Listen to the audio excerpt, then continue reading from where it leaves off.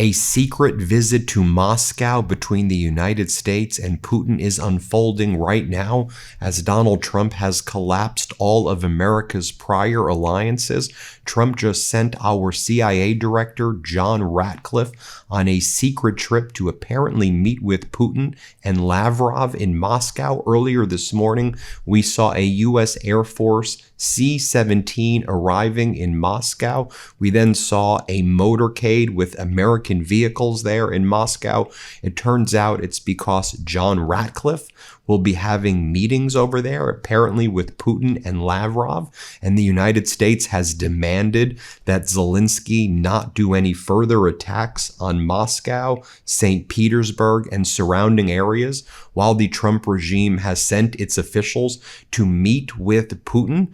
This is as the United States claimed it was engaged in economic D-Day against any nation that dare do business with Iran. Well, Russia does business with Iran, China does business with Iran, North Korea does business with Iran, and all throughout yesterday, Donald Trump's been making post after post of himself and Kim Jong-un, and then Trump made this bizarre post, the magic deportation bus, using the magic school bus cartoon as a way to inflict cruelty on immigrant communities. It is so ghastly, so cruel, and so sick. But while Donald Trump had sent our CIA director to Moscow, China's foreign ministry hit back hard against the Trump regime in a press conference that was held earlier. China's foreign ministry made it very clear that it was firmly opposed to the economic D-Day threats and that China would not back down. As the Trump regime says, they will impose secondary sanctions on anyone who does business with Iran.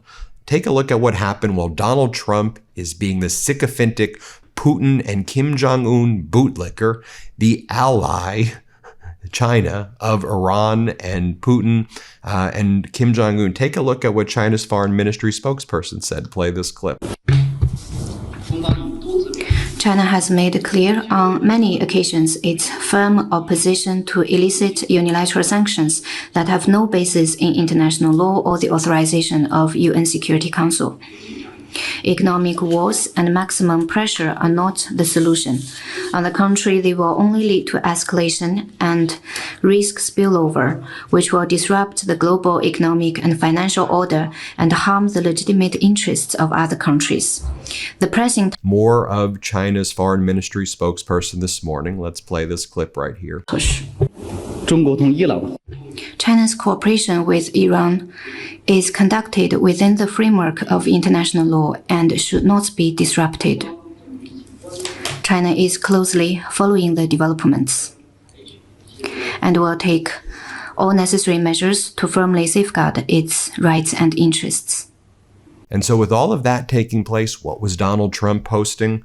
He was posting maps of Lake Ontario crossed out and saying, we're going to change the name of Lake Ontario to Lake America. That's how we're going to get back at Canada.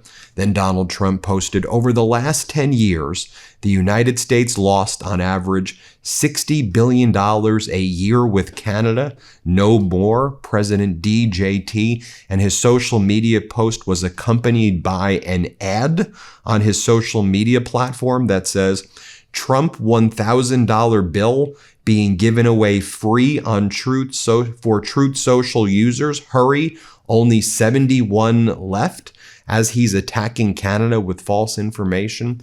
You know, Canada provides a lot of the energy we get here in the United States, a lot of the crude we get, aluminum, nickel, other critical minerals, and that has a huge benefit to Americans. It's the biggest trading partner with a huge amount of our states here in the United States.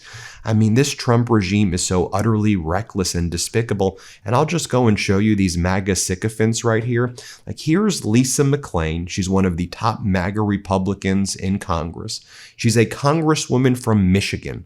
And based on the counter tariffs that were just announced by Canada, her district, her state is going to get crushed right now. And it's going to get crushed by Donald Trump's tax against Michigan and the United States in the form of the tariffs Trump imposed on Canada. But watch what she said this morning in order to support her Führer, her dear leader. Let's play this clip right here. Let me remind everybody that since the 1990s, the Canadians have tariffed our farmers and dairy products at 250%. Since the 1990s. And President Trump has been talking about this leveling the playing field, not to mention that there's a $60 billion trade deficit with Canada. Listen, what President Trump is trying to do, and I applaud him for that, is level the playing field. There is absolutely no way that President Trump is going to make a bad deal for the American people, right? That's exactly why we got out of the EV mandate, right? It would have cost $1 trillion and 200,000 jobs. Yeah. He's not going to make a bad deal for America. He's trying to level the playing field, and it's time for Canada to come up and level the playing field and be a good trading partner with us. We're going to be. As I noted before showing you that clip, Canada has already hit back immediately with tariffs on 700 U.S. goods worth $28 billion.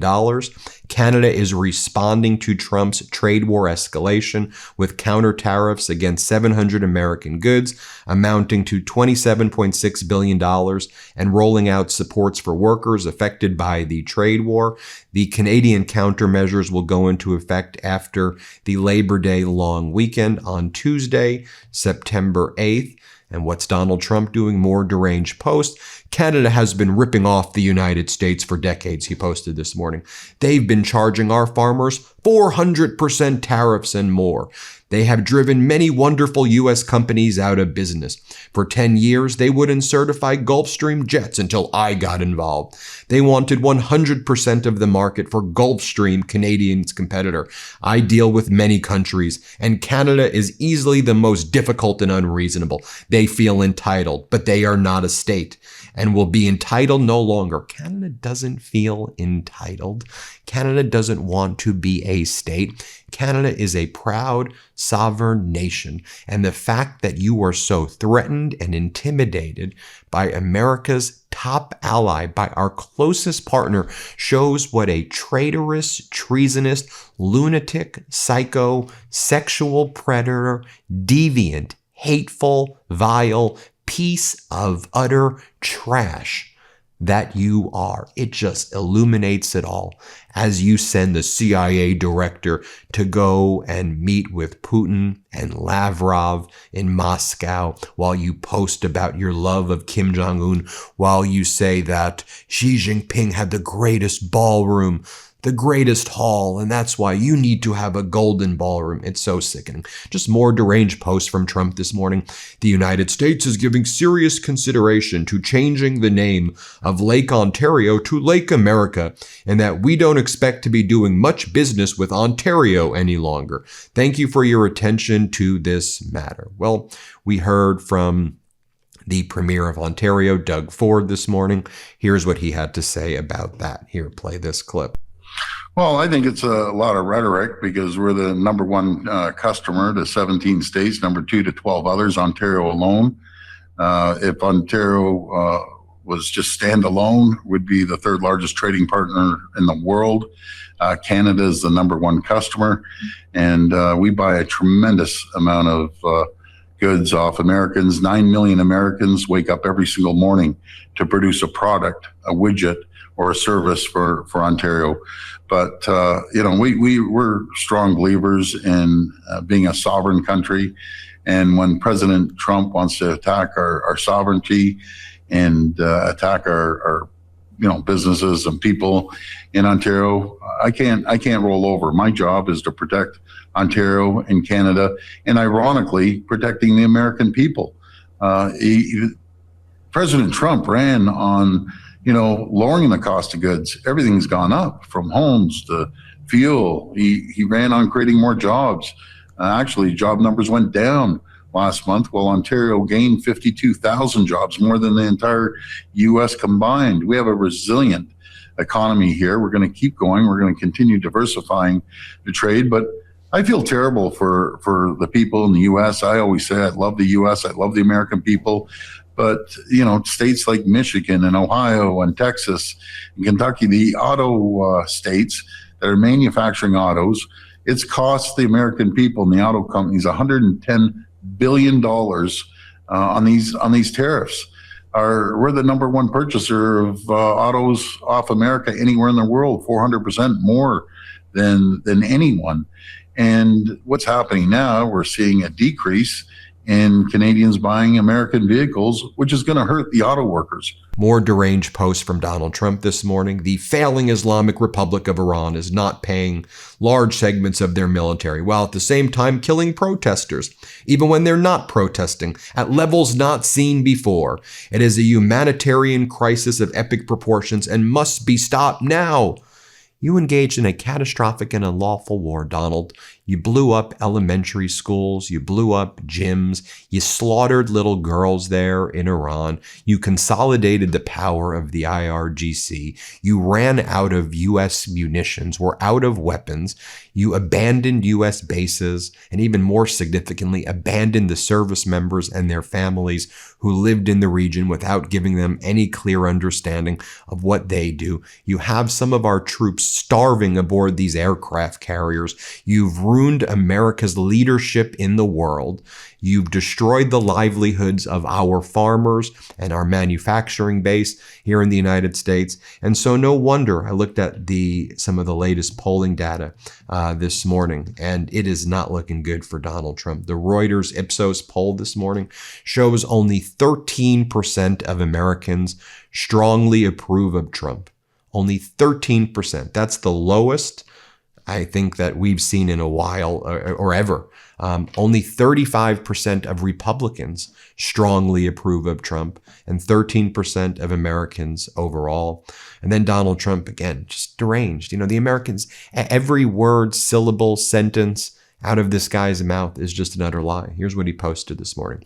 I have just been informed by the United States Navy that all mines have been removed and or detonated from within the international waters of the Strait of Hormuz. Iran has been notified that any ship or boat placing new mines will be immediately and systematically destroyed. Through Space Force, we are watching every square inch of the strait, as we are also with Pickaxe Mountain and the already destroyed 3 other nuclear sites. There is a zero tolerance policy on mine placement in full force and effect. Thank you for your attention to this matter. Okay, well, yesterday, another tanker was hit by Iran using the southern route by the southern Oman route in the Strait of Hormuz. We've seen traffic basically be near zero levels in the Strait of Hormuz, even those that turn off their AIS, that turn off those transponders.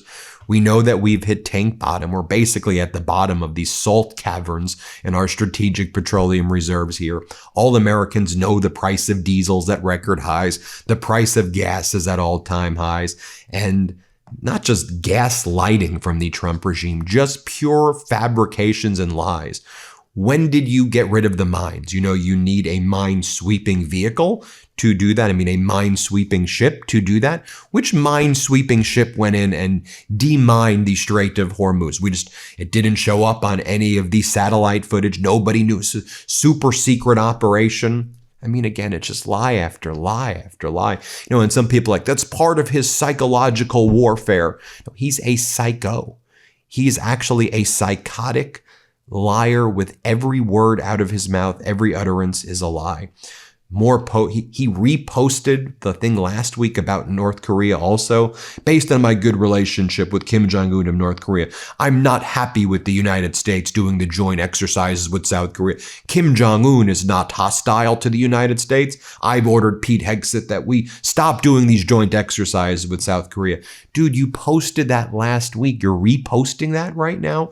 And you do realize that over the past week since you posted that, Kim Jong-un and his sister, who's one of the other main leaders in North Korea, have mocked you and mocked the United States. They said, we find it very uninteresting. We're not even paying attention to it. We have no interest in meeting with the United States. You're that thirsty to meet with Kim Jong-un, and you're making North Korea seem far more reasonable than actually you in the United States, which is an outrageous thing to even have to observe. I'll leave everybody with this too, because I talked about that YouGov poll showing the strongly approved number of Donald Trump at only 13%. How about this? A new New York Times poll of Pennsylvania finds Donald Trump's approval in the state in Pennsylvania at 38% on the economy. 39%, at 38.57. On the economy, it's 39%. On the cost of living, it's 33%. And overall, his approval in Pennsylvania, only 38% right there. And so, remember I reported this morning also that Donald Trump wants to hold this midterm convention September 9th and 10th in Dallas, Texas. No Republicans want to go to this thing. They don't want to be around him right now. And he wants to hold this midterm convention. So none of them have RSVP'd to even show up for his midterm convention right now. We'll keep you posted. Hit subscribe. Let's get to 7 million. Thanks for watching, everybody. Get your copy of WTF America now. We appreciate it. Before you go, our book, WTF America, is available for pre-order now. It's the story of how we got here and how we fight our way back. To pre-order, scan the QR code or click the link in the description. Let's do this.